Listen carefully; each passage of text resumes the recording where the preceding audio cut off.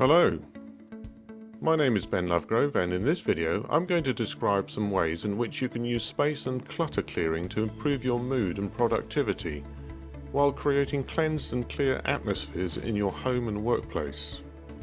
Space clearing first became fashionable in the 1980s and has since become firmly embedded in our culture.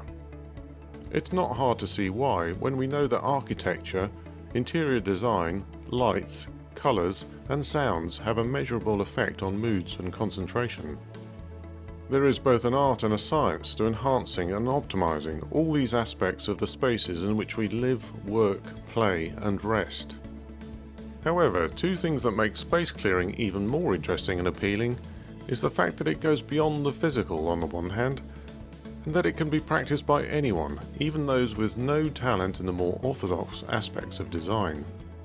Feng Shui, the ancient Chinese art of placement, designed to harmonize rooms, buildings and landscapes by controlling the flow of qi throughout, has spread to the West and is now widely practiced, but it takes a certain amount of learning and diligence to apply it correctly. So what is the difference between Feng Shui and space clearing? I like to think of it like this. Feng Shui is all about making changes that will optimize the flow of qi in your local area Earth energy network. It's all about enhancing the quality of service in your network. Space clearing is rebooting your network components and clearing the memory of bugs that might affect performance. Not everyone has the time to study Feng Shui, and perhaps they can't afford to hire a consultant. So what can we do to optimize our spaces ourselves? Happily, there is plenty we can do beyond just having a general tidy up and doing some housework. Here are a few ideas to get you started. Clear the clutter. This is the first and most obvious task. During the course of our daily lives, we accumulate so much stuff. Our cupboards, wardrobes and garages are full of it. Most of it will never be used by us again, but we hang on to it just in case. Some people have so much stuff that they don't have enough room in their houses, garages or sheds, and they end up paying monthly storage fees just to store their extra stuff. It might be out of sight, but it is not out of mind, as the awareness of it nags at us, even if it's subconsciously. We are bloated with possessions. I suspect there are strong similarities between the obesity epidemic in Western culture and the excessive accumulation of possessions. Some people hang on to stuff and excess body weight for similar reasons, i.e. there is an underlying emotional or mental cause. So your first task is to clear the clutter. You have options, but be ruthless. Do this for every room in the house, the garage and the garden shed. Give thanks and let go of your unwanted stuff. Your first option is to sell it. Stick it on eBay, Zip it, or put an ad in your local paper. Turning unwanted possessions into cash is very rewarding. Your next option is to give it. Freecycle it or give it to a local charity shop. Let someone else make use of it and enjoy the benefit of it. Your third option is to dump it. Take it to your nearest recycling centre. And remember to always dispose of it thoughtfully. Some recycling centres sell the best bits to raise money for charity. Your fourth option is to store it. If it really is that important, and you've used it within the last few months, then clean it and store it. Now I love books and I enjoy browsing bookshops. After I've read one, I place it on one of my bookshelves and leave it there for a few months. I soon run out of space for new books, so every few months I give my bookshelves a thorough audit and sell or give away all those I'm highly unlikely to read or refer to again. Some I keep because I dip into them or because they are rare, but those I sell bring in a little cash and make way for new books. Now a quick word about space cleaning. There is little point in carrying out elaborate space clearing rituals and ceremonies in a dirty room with filthy windows. You're going to have to do some housework first. I won't insult your intelligence by explaining how, but make sure you clean everywhere, including all corners and hard to reach areas that are above or below eye level. Before we cleanse the more subtle atmospheres, take care of the physical chores first. Pay particular attention to the windows, the eyes of the house. Clean every nook and cranny. Now a few words about atmospheres. Speaking of atmospheres, what are we actually talking about here? Many may scoff at the idea of meditation, visualization, ritual or ceremony having any real effect, but there is widespread acceptance of the idea that atmospheres can be generated by the presence of people. You could cut the atmosphere with a knife, is an idiom that describes how most people can sense when there is tension in the air. It could be due to an argument between two people, a tense meeting, or an angry audience. The spaces we occupy and the buildings that form them soak up these tensions.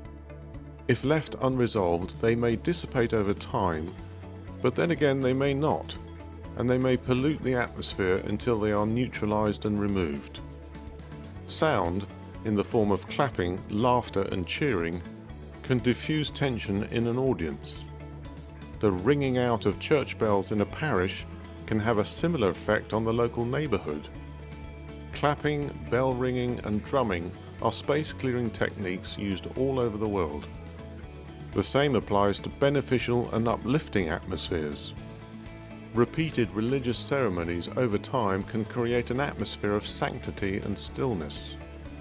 Just pop into one of those old parish churches tucked away up a country lane, sit in a pew and sense it. It's unmistakable. Chanting, meditation and rituals can make a place holy in the sense that the atmosphere is calmed and transformed into an area of stillness in an otherwise tempestuous world. Let's now look at the tools you can use for subtle space clearing. Now that you've cleared the clutter and cleaned the house, it's time to get down to business with cleansing on the more subtle levels. The tools you use and the steps you take are best left to you to choose. It will depend on so many things: your upbringing, culture, interests, religion, etc. Perhaps you won't use any physical tools at all. Perhaps you'll just sit and meditate for half an hour as you go around the house visualizing every room being cleansed. After all, it's what's going on in your imagination while you ring the bells or wave the smudge sticks that really counts. Here are some of the tools that can be used. It's not an exhaustive list, and there are some books listed on my blog at benlovegrove.com/space-clearing that will provide more detail about these and other methods. Hand clapping. Simple but effective, and of course you carry the tools around with you. Bell ringing. Balinese bells are favoured by some, but you might use an old school bell that was bought at an antique shop. Smudge sticks. Wafted around and fan the smoke into corners using a feather. Prayers and chanting. Learn the lines and repeat as necessary. Meditation. Full-on visualization of purifying white healing light flowing through the house and removing every last bit of non-physical dirt and grime. The important thing is to experiment and to develop methods that suit you. In the end, it's not the paraphernalia you use, it's the will and intent that counts. Try to cultivate a quiet meditative state in which your ego and self-consciousness is temporarily set aside. While in this frame of mind, visualize a connection between the divine, the source, God, or whatever term you're comfortable with, and the space you're in. See this connection acting as a conduit, a channel through which you can download a powerful boost of pure energy that gently but firmly removes all vestiges of stuck and stagnant energy. See it acting as both a purifying and creative force that enables anyone passing through and occupying the space to use it for their health and well-being. Now a few words about hotels and offices. Remember, you can use these meditative techniques in any space, particularly those in which you need to be discreet.